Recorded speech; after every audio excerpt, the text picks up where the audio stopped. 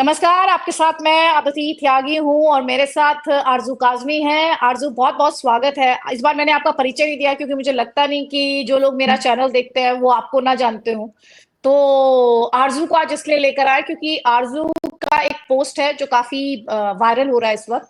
तो आरजू ने उस पोस्ट में दरअसल न्योता दिया है कि पाकिस्तान में शिफ्ट हो सकते हैं। भारत में वैसे तो खुद को पत्रकार कहती है लेकिन प्रोपेगेंडा ही चलाती हैं वो। तो एक पोस्ट उनके द्वारा किया गया और उस पर आरजू ने लिखा है कि भाई आप पाकिस्तान क्यों नहीं आ जाती है। आरजू, आप पाकिस्तान शिफ्ट होने की अब एक स्कीम चला लीजिए, मुझे लगता है कई लोग उसमें इंटरेस्टेड हो जाएंगे। सबसे पहले thank you so much Aditya कि आपने बुलाया और हमेशा आपसे बात करके आपके चैनल पर थैंक यू फॉर आकर ज्वाइनिंग बहुत अच्छा एक्चुअली। लगता है। Thank you thank thank you. You so much. Thank you for joining. और बिल्कुल सोशल मीडिया पे वैसे तो मेरी आदत है, मैं बहुत ज्यादा जैसे कहते हैं ना कुछ करती ही रहती हूँ।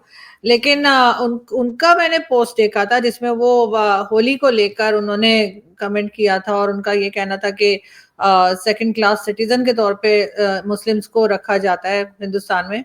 तो उसके ऊपर मुझे लगा कि अगर ऐसा ही है और बिकॉज शी इज अ मुस्लिम, तो मैंने उनको ऑफर किया कि अगर वाकई ऐसा आपको लगता है कि सेकंड क्लास सिटीजन जैसा रखा जाता है और आपको हम्म। सही नहीं आपको वहां पे मिल रहा, तो फिर वेलकम टू पाकिस्तान। पाकिस्तान बना ही है ना ऐसे ही लोगों के लिए। तो फिर ये वहां क्या कर रहे हैं, इन्हें यहाँ आ जाना चाहिए। बाकी होली के ऊपर जो उनका कमेंट था वो मुझे तो कहीं से भी वो ठीक नहीं लगा। जाहिर है जिस कंट्री में 80% से ज्यादा हिंदू रहेंगे, हिंदू कम्युनिटी होगी, तो वहां पर तो होली दिवाली और हर तरह का फेस्टिवल मनाया ही जाएगा। और मुझे नहीं लगता कि किसी ने किसी मुस्लिम को ये कहा होगा कि घर में रहो। अगर किसी को कलर नहीं पसंद है तो वो वैसे घर में रह सकता है। लेकिन सिर्फ एक नेगेटिव इम्पैक्ट देने के लिए या एक नेगेटिव बात करने के लिए शायद उनका वो ट्वीट था। लेकिन खैर मैंने भी शरारत में लिख दिया कि आप आ जाइए, फिर पाकिस्तान आइए। शरारत। आपने लिखा, इफ यू फील अनसेफ और Indians treat you as a second class citizen in India, welcome to Pakistan, happy Holi in advance. तो मैं तो कह रही बिल्कुल। हूँ मैं तो आपसे कह रही हूँ कि एक स्कीम आप चला ही लीजिए। बहुत सारे लोग उसमें इंटरेस्टेड हो सकते हैं, ऐसा मुझे लगता है कई लोग इंटरेस्टेड हो सकते हैं, बट वो इंटरेस्टेड तो होंगे पर आपको चूना ना लगा दे वो, क्योंकि आएगा कोई नहीं। क्योंकि सबको पता है कि भारत में जिस तरह की लाइफ है ना और जितनी आजादी है वो किसी और देश में दुनिया के है नहीं। देखिए उनको भी रिप्लाई तो करना चाहिए था ना, जिनको मैंने लिखा था उन्होंने भी मुझे कोई रिस्पांस नहीं दिया है। उनको रिप्लाई तो करना चाहिए था कि हाँ मैं आ जाऊंगी या मैं आना चाहती हूँ या मैं नहीं आना चाहती। कुछ भी जो भी उनका एक पॉइंट ऑफ व्यू है वो देना चाहिए था। लेकिन जाहिर है कि वो एक तरीके से, इसको तो मैं छुपना ही कहूंगी कि आप रिप्लाई नहीं कर रहे। और ऐसी पोस्ट नहीं है कि जिसपे 2-4 लोगों ने कमेंट किया हो। उस पर आप देख सकती हैं कई सौ लोगों ने कमेंट किया है, जैसे 4,000 से ऊपर रीट्वीट्स हैं। तो उनको डेफिनेटली जवाब तो देना चाहिए था उनकी पोस्ट का। लेकिन जाहिर है कि जैसे आपने भी कहा कि वो लोग नहीं आएंगे और सिर्फ वहीं से बैठ के बात करेंगे, तो फिर ठीक है, उनका अपना एक ओपिनियन हो सकता है। लेकिन मैंने जैसे पहले कहा कि मैंने भी शरारत में लिखा था। आपने शरारत में लिखा था और भारत में तो ऐसे बहुत लोग हैं, बड़ी संख्या में लोग हैं जिन्हें भारत में रहकर भारत ही को गाली देनी है और भारत में ही उनके लिए ताली भी बजती है। तो ऐसे लोग भला पाकिस्तान में आकर क्या करेंगे, क्योंकि उनकी दुकान तो भारत में ही चल सकती है ना। उनके लिए ताली बजाने वाले भी भारत में ही बैठे हुए हैं, देश में रहकर गाली देने की उन्हें आजादी है, तो वो क्यों आएंगे पाकिस्तान। मैं आपसे ये भी जानना चाह रही थी, क्योंकि हम पाकिस्तान की बात करें तो बाय द वे भारत ने चैंपियंस ट्रॉफी जीती, पाकिस्तान को पहले मैच में हराया, फिर पाकिस्तान के हाथ से वेन्यू भी निकला, फिर पाकिस्तान ने देखा कि भारत ने ट्रॉफी भी जीत ली। और ये शायद ऐसी पहली प्रेजेंटेशन सेरेमनी थी जिसमें पीसीबी का कोई नुमाइंदा भी नहीं था। पाकिस्तानी क्या कह रहे हैं?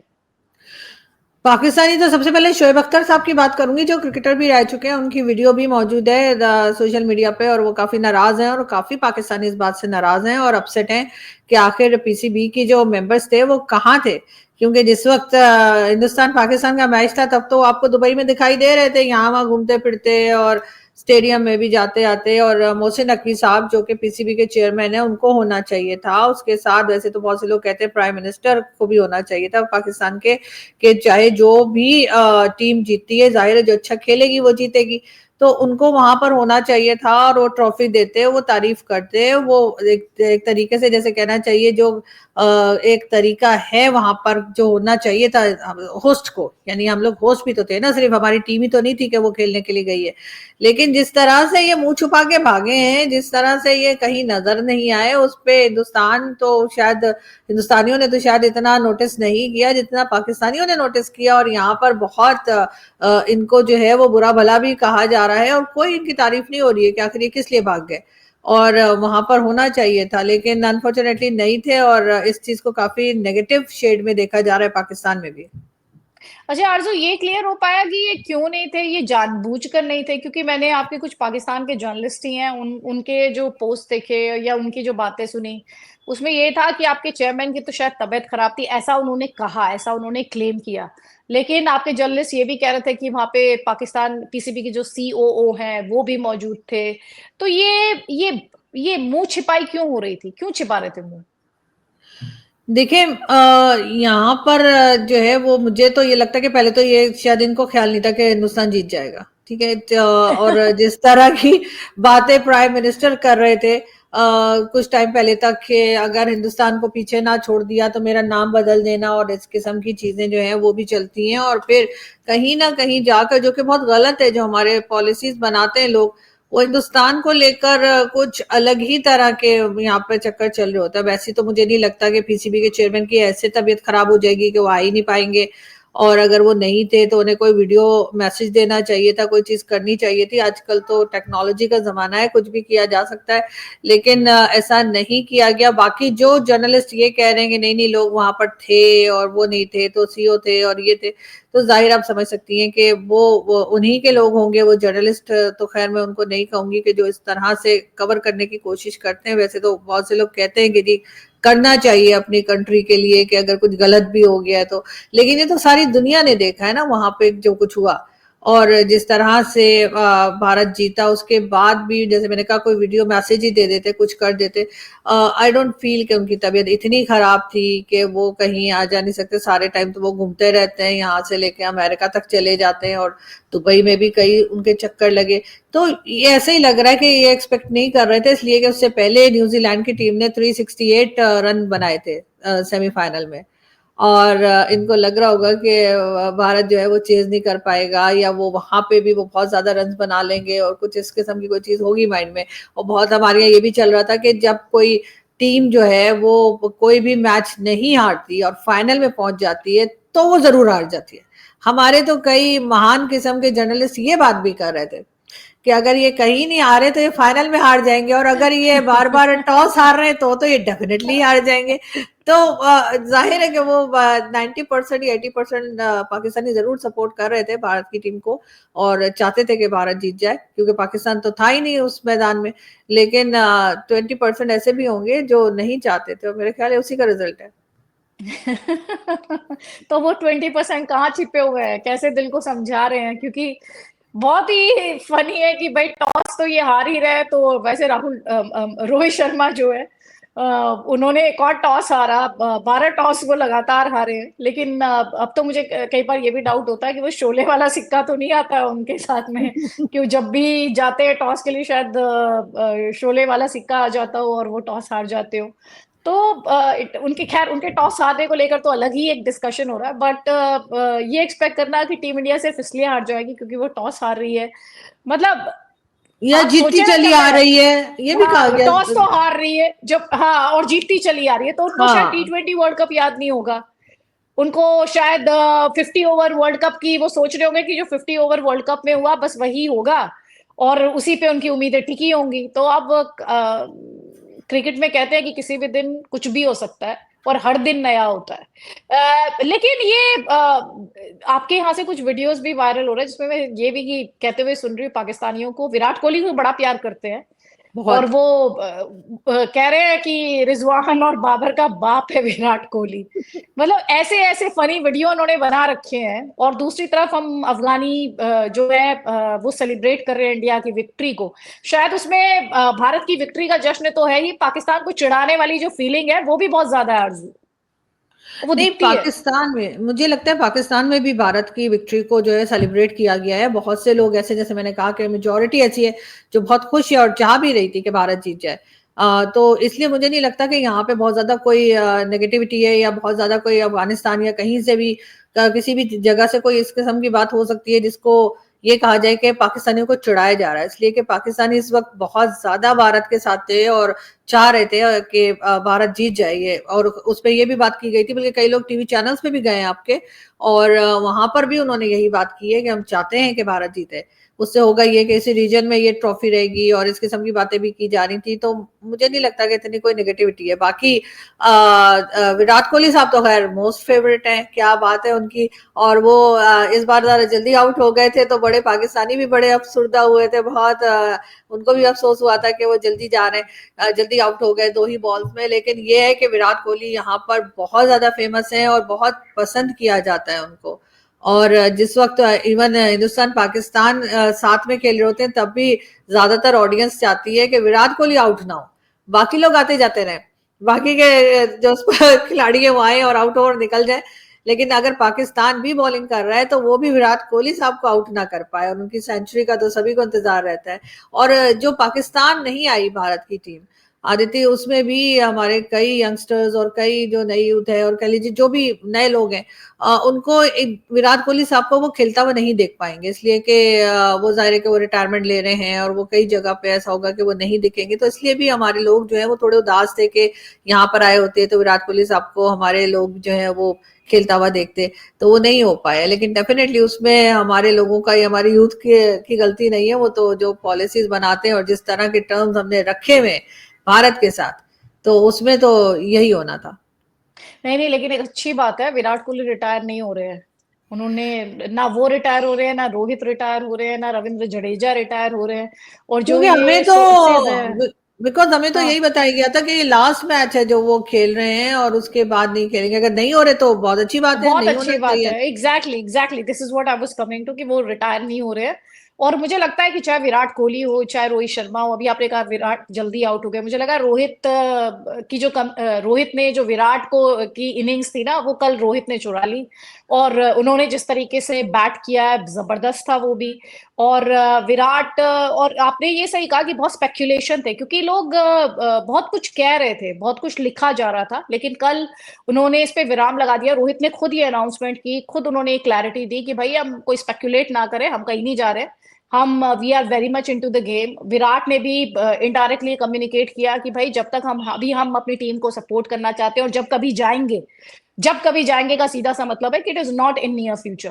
तो हम अपनी टीम को बेहतर छोड़ के जाना चाहते हैं। मुझे लगता है इन सभी खिलाड़ियों के दिमाग में 50 ओवर वर्ल्ड कप जरूर होगा। मुझे याद है सचिन तेंदुलकर का एक लॉन्ग चेरिश ड्रीम था जो 2011 में पूरा हुआ था। और ये सारे प्लेयर्स जो हैं, ये भी, चाहे विराट के पास एक वर्ल्ड कप ट्रॉफी है, लेकिन I am sure he would want another trophy in his kitty. और रोहित शर्मा, रविंद्र जडेजा, ये सारे ऐसे नाम हैं जो मुझे लगता है कि 50 ओवर वर्ल्ड कप जो है वो ट्रॉफी जरूर और खुद एज अ फैन ऑल्सो और एज अ जर्नलिस्ट ऑल्सो मैं चाहती हूँ कि ये प्लेयर्स तब जाए जब इन्होंने वो ट्रॉफी भी जीत ली हो। क्योंकि अब इंडिया के पास आप देखें तो T20 वर्ल्ड कप भी है, चैंपियंस ट्रॉफी भी है। एक बड़ी ट्रॉफी जो मिसिंग है वो ये ICC वर्ल्ड कप की ट्रॉफी है, मेंस वर्ल्ड कप की ट्रॉफी है।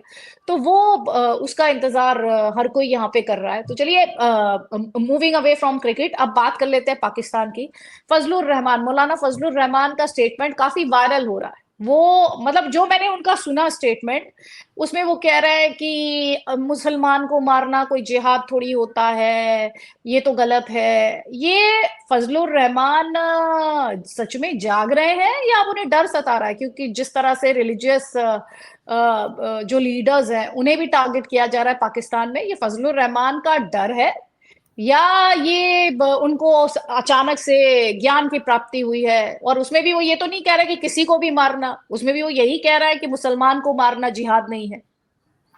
देखिए, सबसे पहले तो मौलाना फजलुर रहमान जो हैं उनके ऊपर पहले भी कई अटैक्स हो चुके हैं। ऐसा नहीं है कि उनके ऊपर कभी अटैक्स नहीं हुए। उनके ऊपर अगर मुझे जहां तक याद पड़ता है 3-4 बार उनके ऊपर अटैक किए जा चुके हैं, और उसमें से खैर वो निकल आए हिफाजत से, वो एक अलग बात है। लेकिन जहां तक वो जिहाद की बात कर रहे हैं ना, कि जिहाद जो है वो मुसलमान को मारे, तो जिहाद नहीं है। तो अगर हम अपने एज अ मुस्लिम जो जो कुछ लिखा गया है उसको अगर हम देखें तो वहां पे यही लिखा हुआ है कि अगर मुसलमान को मारता है तो वो जिहाद नहीं है। हाँ, अगर किसी नॉन मुस्लिम को मारता है वो जिहाद है। अब ये चीज लिखी हुई है और इसी को मेरा ख्याल है कि मौलाना साहब जो है वो बता रहे थे या बोल रहे थे, और जो कि बहुत गलत है कि मतलब ये क्या बात हुई कि आप किसी भी नॉन मुस्लिम को मार सकते हैं, उसके लिए आप जा सकते हैं और वो आप जिहाद कहलाएगा, जबकि जिहाद ही। लेकिन बहरहाल यहाँ पे जो एक कहना चाहिए कि यहाँ के आपके हिंदुस्तान में भी जो सो कॉल्ड रिलीजियस स्कॉलर, मुस्लिम रिलीजियस स्कॉलर्स और मुल्ला माफिया जो होती है, इसको हमेशा मैं मुल्ला माफिया ही बोलती हूँ, तो वो जिस किस्म की बातें करते हैं वो एक तरह का मिसगाइड करने की ही कोशिश होती है, वरना ऐसा तो नहीं है मुसलमान मुसलमान को मारता है। और दोनों अपनी तरफ से यही समझ रहे होते हैं कि वो सही कर रहे हैं। अब अफगानिस्तान को देख लीजिए, पाकिस्तान अफगानिस्तान के बीच में जो एक तरह के अटैक्स चल रहे हैं, उसमें दोनों तरफ ही कैजुअलिटीज हो रही हैं, दोनों साइड पर ही लोगों की जाने जा रही हैं। तो अब उसमें से कौन जिहाद कर रहा है और कौन शहीद हो रहा है, ये तो मुझे आज तक कोई बता ही नहीं पाया है कि इन दोनों में से शहीद कौन है और जन्नत में कौन जाने वाला है। ईरान इराक जंग, वो भी हमने पढ़ रखी है, सुन रखी है, तो उसमें भी दोनों मुस्लिम कंट्रीज लड़ रही थी। तो ये एक बेकार की बात या कह लीजिए डिबेट है जो मौलाना साहब ने शुरू की है, और वो शायद अब ये बताना चाह रहे हैं कि जो अफगानिस्तान और टीटीपी के दरमियान चल रहा है, पाकिस्तान और टीटीपी के दरमियान चल रहा है, उसको वो बताना चाह रहे हैं कि जी वो जिहाद नहीं है और वो गलत है। वो चाहे वो उसको रोकने के लिए कह रहे हो या कुछ भी कह रहे हो, लेकिन वो एक तरह की मिसगाइड कर रहे हैं लोगों को और गलत बता रहे हैं। जैसे आपके यहाँ आज मैं देख रही थी न्यूज एक चल रही थी कि कश्मीर में फैशन शो हुआ है, और उस फैशन शो के ऊपर बड़े ऑब्जेक्शन किया जा रहा है कि जी रमजान के मंथ में कैसे हो सकता है, चलें नहीं हो सकता। लेकिन रमजान के मंथ में क्या बाकी चीजें रोक देते हैं मुसलमान? क्या रेप नहीं हो रहे, क्या डाके नहीं हो रहे, चोरी नहीं हो रही, मर्डर नहीं हो रहे, मतलब चाइल्ड अब्यूज नहीं हो रहा, बाकी जितने क्राइम्स होते हैं क्या वो रमजान में नहीं होते? अगर होते हैं और नहीं रोके जा रहे, तो फिर फैशन शो को रोकने की क्या जरूरत है? और उस पर एक ऑब्जेक्शन जो है, ठीक है, कहा जाता है कि जी मुस्लिम के सेंटिमेंट्स होते हैं, वो हर्ट हो गए, ये हो गया वो गया, मगर हमारे तो सेंटिमेंट्स इतने सेंसिटिव हैं आदित्य कि वो हर चीज से हर्ट हो जाते हैं। हमारे यहाँ हर चीज में कह दिया जाता है कि जी ये तो इस्लाम के ऊपर अटैक है। मैं तो इस्लामिक कंट्री में रहती हूँ ना, यहाँ पे जितना इस्लाम खतरे में रहता है पाकिस्तान में शायद किसी और कंट्री में नहीं रहता। हर बात पे यही कहा जाता है। तो यहाँ पर तो यानी मैं आपको बताऊं, एक कमर्शियल बना था, टीवी कमर्शियल एक बना था, बच्ची थी उसमें, हार्डली 14-15 ईयर्स की होगी, और दिखाया था कि वो एथलीट थी और उसको रेस में दिखाया था कि वो दौड़ रही है ग्राउंड में, जो जैसे होता है ना, उसके ऊपर हमारे ना सिर्फ मौलवी हजरात बल्कि बहुत से हमारे ऐसे जर्नलिस्ट भी जो असल में मुल्ला ही हैं, उन्होंने ऑब्जेक्शन कर दिया। ऐसे कैसे हमने लड़की को भागते हुए दिखा दिया, ऐसे कैसे लड़की भाग रही है ग्राउंड में? वो एड 2 दिन में बंद हो गया। Can you imagine? ये इन And when लोगों was के this? आई थिंक 2-3-4 साल पहले की बात है, ज्यादा टाइम नहीं है, 3-4 साल पहले की बात है, और एकदम से इन्होंने वो कमर्शियल रोक दिया। और उसमें जो था बताया जा रहा था, थोड़ा प्रमोट किया जा रहा था गर्ल्स एजुकेशन को और इस तरह की चीजों को, और बताया जा रहा था कि लड़कियां स्पोर्ट्स में जाएं, वो जाएं। तो उन्होंने कहा ऐसे कैसे, बताया एक जर्नलिस्ट ऐसे हैं जो हमारे सबसे बड़े चैनल पे आते हैं और वहां पे मतलब न्यूज़पेपर में लिखते हैं, और मुझे उनसे इतनी चिढ़ हो गई है उसके बाद से कि मतलब उन्होंने एक बड़े बातें बनाई कि जैसे कैसे लड़की को दौड़ते हुए दिखा रहे हैं। अरे ये क्या बात हुई? लड़कियां स्पोर्ट्स में जाके नहीं क्या रेस में हिस्सा ले सकती? तो हमारे यहाँ इस किस्म के लोग भी हैं। तो इसलिए मुझे लगता है कि हर एक अपना अलग ही एक हमारे जो बोलते हैं ना, 1.5 ईंट की मस्जिद लेके अलग ही बैठा हुआ है। मौलाना साहब के कुछ और ख्यालात हैं। इमरान खान साहब कहते हैं कि जी लेडीज ड्रेस ऐसा पहनेंगी तो लोग प्रोवोक होंगे, आपको वो भी याद होगा। तो हमारे तो इस किस्म की बातें चलती है। लेकिन अब ये कि जी मुसलमान मुसलमान को मारेगा तो वो जिहाद नहीं है, तो फिर क्या है?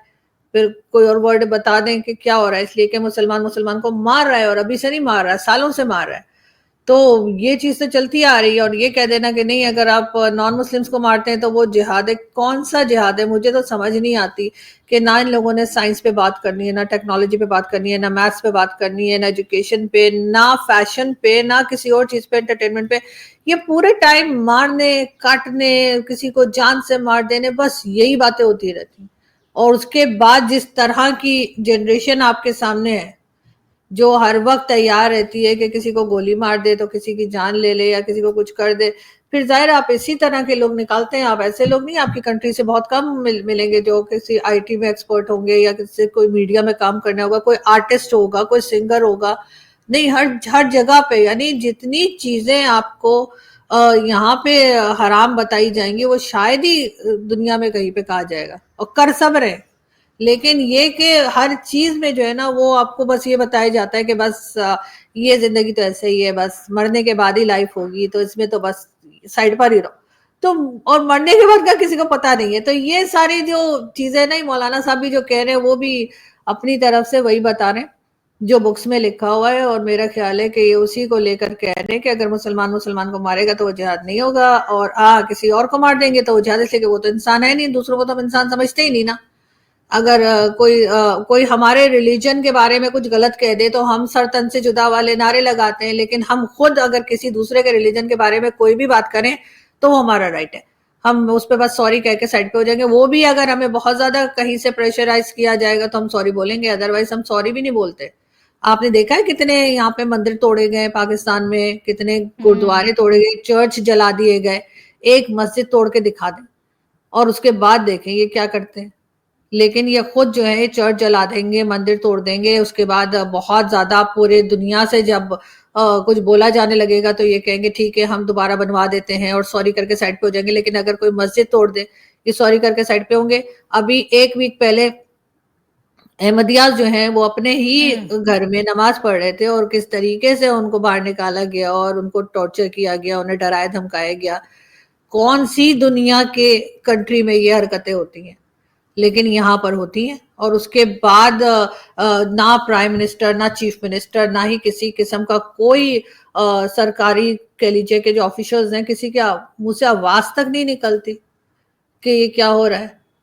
और आप वैसे बड़ा ढंडोरा पीटते हैं कि जी ह्यूमन राइट्स के यहाँ पे वायलेशन हो रही है, वहां पर हो रही है। आपके अपनी कंट्री में रोज डेली बेसिस पर होती है, उस पर कोई नहीं बात करता। अभी और ये जो फिर अहमदिया वाला इंसिडेंट आप बता रहे थे, क्या है वो एग्जैक्टली वो इंसिडेंट क्या है?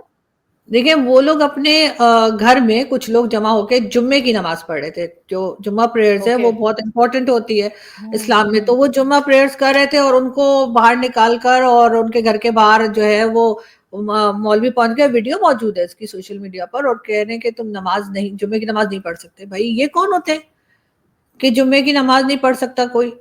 मतलब इनसे परमिशन लेके पढ़ी जाएगी? नहीं, अहमदिया से ये जुम्मे की नमाज नहीं पढ़ सकते। ये लॉजिक मेरी समझ से तो बाहर है। अगर तो कोई तो अहमदियाज को वो मुसलमान नहीं मानते? नहीं, वो तो जुल्फिकार अली भुट्टो के टाइम से उनको नॉन मुस्लिम डिक्लेयर करके रखा है। लेकिन चले, वो आपने वो तो करना नहीं चाहिए, ठीक है ना, कोई राइट नहीं, लेकिन फिर भी इन्होंने कर दिया। उसके बाद वो नमाज पढ़ें, वो मंदिर जाएं, वो पूजा करें, वो कुछ करें। ये कौन होते हैं ऑर्डर देने वाले कि ये कहेंगे इनकी मर्जी से होगा कि वो जुम्मे की नमाज ना पढ़े, या उन्होंने जुम्मे की नमाज क्यों पढ़ दी? हर दूसरे दिन तो ये उनकी मस्जिदें तोड़ देते हैं। वो उन बेचारों की जब डेथ हो जाती है उसके बाद कब्रिस्तान में जाकर उनके कब्रें जो है उसमें से डेड बॉडीज निकाल ली जाती हैं। और बीच में तो मैंने ये भी सुना था कि किसी लड़की की बॉडी निकाल के उसको रेप किया जा रहा था। इन्होंने यहाँ पे क्यों इन्होंने अपनी जो है ग्रेवयार्ड बनाया, या यहाँ पे क्यों इन्होंने अपना जनाजा लेकर आए हैं? ये माइंडसेट है यहाँ का। और ये जो मैं आपको अभी बता रही हूँ जुम्मे की नमाज, ये तो अभी इसी वीक का बता रही हूँ, और वो वीडियो भी मौजूद है। उसके ऊपर उनको जो है डराया धमकाया जा रहा है और कहा जा रहा है कि जुम्मे की नमाज पढ़ी तो हम मार देंगे। मतलब अजीब लोग हैं। मेरी तो समझ से बाहर है कि किस तरह की सोसाइटी में हम रहते हैं। यहाँ पर कोई कोई कानून नहीं है, ना प्राइम मिनिस्टर कुछ बोला, ना चीफ मिनिस्टर, ना उनसे नीचे के किसी ने कोई आवाज निकाली। ऐसा लग रहा है कुछ हुआ ही नहीं। लेकिन यहाँ पे एक और चीज जो मैं बहुत ऑब्जर्व करती हूँ, मैं देखती हूँ कि यूएई हो, सऊदी हो स्पेशली, वो किस तरह से राइट को राइट और रॉन्ग को रॉन्ग कह रहे हैं। लेकिन हमारे यहाँ कुछ लोग, आपके यहाँ के लोग, इन्हें वो राइट राइट और रॉन्ग रॉन्ग का फर्क समझ नहीं आता। मतलब सऊदी जो कि इस्लाम की सीट मानी जाती है, अगर वहां पर रिफॉर्म्स की बात हो सकती है, प्रिंस जो है वो वहां के सऊदी प्रिंस जो है मोहम्मद बिन सलमान, वो ये कह सकते हैं कि भाई हम एक्सट्रीमिज्म को यहाँ पनपने नहीं देंगे, हम इस्लाम जो है उसकी मल्टीपल इंटरप्रिटेशंस हो सकते हैं वक्त और परिस्थितियों के हिसाब से। तो भाई ये कहाँ से ज्ञानी बैठे हुए हैं आपके यहाँ और हमारे यहाँ जिन्हें इतना ज्यादा ज्ञान है? आदित्य, इनको ज्ञान नहीं है, लेकिन सऊदी अरब में जो मौलवी हैं या रिलीजियस स्कॉलर्स हैं, जो भी कह लीजिए, उनकी दुकानें नहीं चल रही ना। वो किसी को यहाँ पे तो दुकानें चल रही हैं, हर मौलवी की अपनी अलग दुकान है। और उसके बाद देख लीजिए, वो कहते हैं जी यहाँ तो सादा जिंदगी गुजारनी है, और वहां आप जाएंगे तो आपको वो शहद और दूध की नहरें और पता नहीं क्या मिलेगा क्या नहीं मिलेगा। और और यहाँ पर बात अगर पर उनको पूरे भी। हाँ, बातर उरे भी। और यहाँ पे अगर आप देखें तो वो करोड़ों की गाड़ी में घूमते हैं, लाखों करोड़ों के घर में रहते हैं, हर तरह से कभी अमेरिका जा रहे होते हैं, कभी कनाडा जा रहे होते हैं, कभी कहाँ जा रहे होते हैं। तो वो सारे लोग, और फिर उनके जो फॉलोवर्स हैं वो इनको पैसा भर रहे होते हैं, तो इनके तो यहाँ पर ऐश होते हैं। तो ये तो अपने इसीलिए इस किस्म की बातें कर रहे होते हैं, हर एक की अपनी अलग है। कई मॉल भी हमारे यहाँ से जो अब तो यूट्यूब के ऊपर भी आ गए हैं, और वैसे तो हर चीज इन्हें हराम लगती थी, पहले तो कहते थे फोटो भी नहीं बनानी चाहिए पासपोर्ट के लिए। लेकिन ये कि ये रिलीजन बेच रहे हैं बेसिकली। रिलीजन हरगिज ये सारी बातें नहीं कहता, कोई भी रिलीजन नहीं कहता जो ये बताते हैं। लेकिन इनकी क्योंकि ये दुकान चल रही है, इस वजह से अब तो ये एमबीएस को भी बुरा भला कहना शुरू हो गए। आपके यहाँ के तो एक मौलाना साहब आए थे मेरे शो में, तो एमबीएस को भी कह रहे थे यहूदियों का हाँ एजेंट लगता हाँ। है। तो मैंने कहा चलो उसका भी काम हो गया। तो ये इनको साइंस और टेक्नोलॉजी से इनको एलर्जी है, ये प्रोग्रेस से ये घबराते हैं। इनको पता है लोग पढ़ लिख गए, लोगों के जहन खुल गए, तो इनकी बातों में कौन आएगा? इनके बातों में तो यही जाहिल आएंगे ना, जो कहेंगे कि जुम्मे की नमाज ना पढ़ो, ये ना करो, वो ना करो लोगों को। तो ये सारी चीजें इनकी बंद हो जाएंगी अगर लोग अपने दिमाग से सोचना शुरू कर देंगे। और इवन गवर्नमेंट भी अगर गवर्नमेंट को और रिलीजन को अगर अलग अलग रखेगी तो फिर आगे बेहतर तरीके से बढ़ पाएंगे। लेकिन ये कि जाहिर है कि ये सारी चीजें चल रही हैं, और इनके प्रेशर में आ गए, सालों से यही सब कुछ हो रहा है, अब इन्हें कंट्रोल करना मुश्किल लग रहा है। देख लीजिए टीएलपी यहाँ पर मौजूद है, जिंदा लोगों को जला देते हैं ये लोग, ब्लास्फेमी का इल्जाम लगाकर। कभी किसी ने रोका, कभी किसी ने पकड़ा, कुछ नहीं हो पाता। गवर्नर को, पंजाब के गवर्नर सलमान तासिर को जैसे मार दिया गया था, और कई लोगों को किया है, तो उसके बाद हीरो तो वही बना ना जिसने मारा था। मुमताज कादरी का यह मजार बना दिया हम लोगों ने इस्लामाबाद में, जहां मैं बैठी हूँ। और वहां पे जाके लोग फूल चढ़ाते, और पढ़े लिखे लोग जो कह लीजिए कि लॉयर और इस तरह की डिग्री लेके घूम रहे हैं, उनके दिमाग ऐसे हैं, तो बाकी लोगों को अब क्या कहेंगे? वो तो यही सोचते हैं। ये बलूचिस्तान में क्या हो रहा है आरजू कि क्योंकि हम ये जो बात कर रहे हैं इंडोक्ट्रिनेशन की और एक्सट्रीमिज्म की, ये एक फर्क तो आपकी फौज और आपकी फौज के जनरल भी करते हैं ना। वो कहता है जो कश्मीर में लड़ते हैं वो तो जिहाद करते हैं, और हम्म। जो बलोच कर रहे हैं वो जिहाद नहीं है। वो तो उनको तो वो तो प्रोवोक करते हैं तब जनता को, अपने यूथ को, कि इनके तो हाथ काट दो, पांव काट दो, ये कर दो, वो कर दो। हम्म। तो ये बलूचिस्तान में इस वक्त क्या हालात है? बलूचिस्तान में अभी वही सिचुएशन है जो पहले थी, कि वहां पे प्रोटेस्ट चल रहे हैं, मिसिंग पर्सन्स का इशू है, वहां के लोग नाराज हैं पाकिस्तान की गवर्नमेंट से, पाकिस्तान की फौज से। और मारंग बलोच जो है वो मुसलसल वो भी प्रोटेस्ट कर रही हैं। सब कुछ वही कुछ चल रहा है, लेकिन जाहिर है कि वहां से न्यूज जो है वो उस तरीके से बाहर नहीं आ पाती जैसे बाकी जगह से आती है। सिचुएशन काफी खराब है उसकी भी, और बलूचिस्तान के साथ साथ केपीके की भी। केपीके में भी बताया जो जाता है वो ये कि बॉर्डर के पास का एरिया जो है काफी सारा वो खाली करवा लिया गया है, और लग यही रहा है कि तालिबान या टीटीपी के साथ जो है ज्यादा टेंशन बढ़ सकती है। तो वहां जो लोग रहा करते थे उन्हें जरा कहा गया है कि किसी और जगह शिफ्ट हो जाए। तो दोनों जगह सिचुएशन उसी तरीके से है, काफी टेंस सिचुएशन है। लेकिन जाहिर है कि ये लोग उनको तो यही बोल रहे हैं कि जी ये तो टेररिस्ट हैं और इनको हम छोड़ेंगे नहीं और मारेंगे, और जो भी, हम्म। जो कि गलत है। इसलिए कि ये चीज जो है ये डायलॉग से और बातचीत के जरिए इनको इशू सॉल्व करने पड़ेंगे। और वो लोग अब बहुत टाइम से, आपने देखा भी था मौलाना फजलुर रहमान ने तो कहा था 5 से 6 डिस्ट्रिक्ट जो हैं वो तो अलग अलग होने को भी बैठी हैं। तो ये इनकी गलत पॉलिसीज का ही रिजल्ट है। जब पॉलिसीज ऐसी बनाएंगे जिसमें आपको किसी से बात नहीं करनी है, सिर्फ पंजाब को ही आपने इंपॉर्टेंस देनी है, बाकी सबको आपने साइडलाइन कर देना है, तो फिर यही होगा जो जो इस वक्त हो रहा है। अच्छा, लास्ट क्वेश्चन है, ये जो अफगानियों को डिपोर्ट करने का सिलसिला है, वो अभी चल रहा है, वो ये नया या दोबारा से उसको शुरू करना है, क्या है उसका स्टेटस? क्योंकि उसके बारे में मैं सोशल मीडिया पे बहुत देखती हूँ, पढ़ती हूँ। कितने अफगानी अभी तक डिपोर्ट किए गए, अफगानी रेफ्यूजीज जो है उनको वापस भेज दिया गया है, क्या है स्टेटस, क्या है? देखिए, एग्जैक्ट नंबर तो मेरे पास नहीं है कि कितने इन्होंने जी जी डिपोर्ट किए हैं, लेकिन जी जी। ये जरूर है कि इन्होंने जो ये कह दिया है कि 31 मार्च तक का दिन दिया है, और कहा है कि जितने भी अफगान सिटीजन जो अफगान रेफ्यूजीज यहाँ पर हैं, जिनके पास वर्क परमिट नहीं है या रहने का परमिट नहीं है और वो इलीगल तरीके से आए हैं, वो चले जाए, वरना ये उनको पकड़कर और निकाल देंगे। अब प्रॉब्लम ये हुई है कि पाकिस्तान में कोई वर्क परमिट, आईडी और आईडी कार्ड, पासपोर्ट बनाने का कोई खास इतना इशू नहीं है, कई अच्छा। तरीकों से बन जाता है। तो कई लोगों के पास वो है और उनकी वीडियोस भी आ रही हैं जो अपने कार्ड भी दिखा रहे हैं, अपने पासपोर्ट्स भी दिखा रहे हैं और कह रहे हैं कि उनके पास है लेकिन उन्हें रहने दिया जाए, लेकिन उनको निकाला जा रहा है, इसलिए कि जाहिर है कि वो उन्होंने कुछ गलत तरीके से बनाया होगा। पाकिस्तान को 3 साल हो गए, अमेरिका ने जो फंड दिया जाता था अफगान रेफ्यूजीज के लिए वो देना बंद कर दिया है। तो एक रीजन ये भी है कि अब इनको कहाँ से इनका खर्चा उठाया जाए। जाहिर है कि ये लोग जगह जगह पर नजर आते हैं और खासतौर पे जो अभी निकाले जा रहे हैं इनमें वो अफगान रेफ्यूजीज नहीं है जो इन्होंने पैसा लाए या जिन्होंने पैसा बना लिया। आपको ज्यादातर वो दिखाई देंगे जो रोड पे भीख मांग रहे हैं या जिनके पास खाने को नहीं है, जो गरीब अफगानिस्तान के लोग हैं उनको ये निकाल रहे हैं। और उसके साथ साथ अमेरिका से भी बात की जा रही है। अब हर एक बात का जो भी यहाँ पे टेररिज्म हो रही है उसके लिए कहा जा रहा है कि अफगान रेफ्यूजीज रिस्पॉन्सिबल है, ये सपोर्ट कर रहे हैं, अफगानिस्तान की जमीन इस्तेमाल हो रही है, ये भी कहा जा रहा है।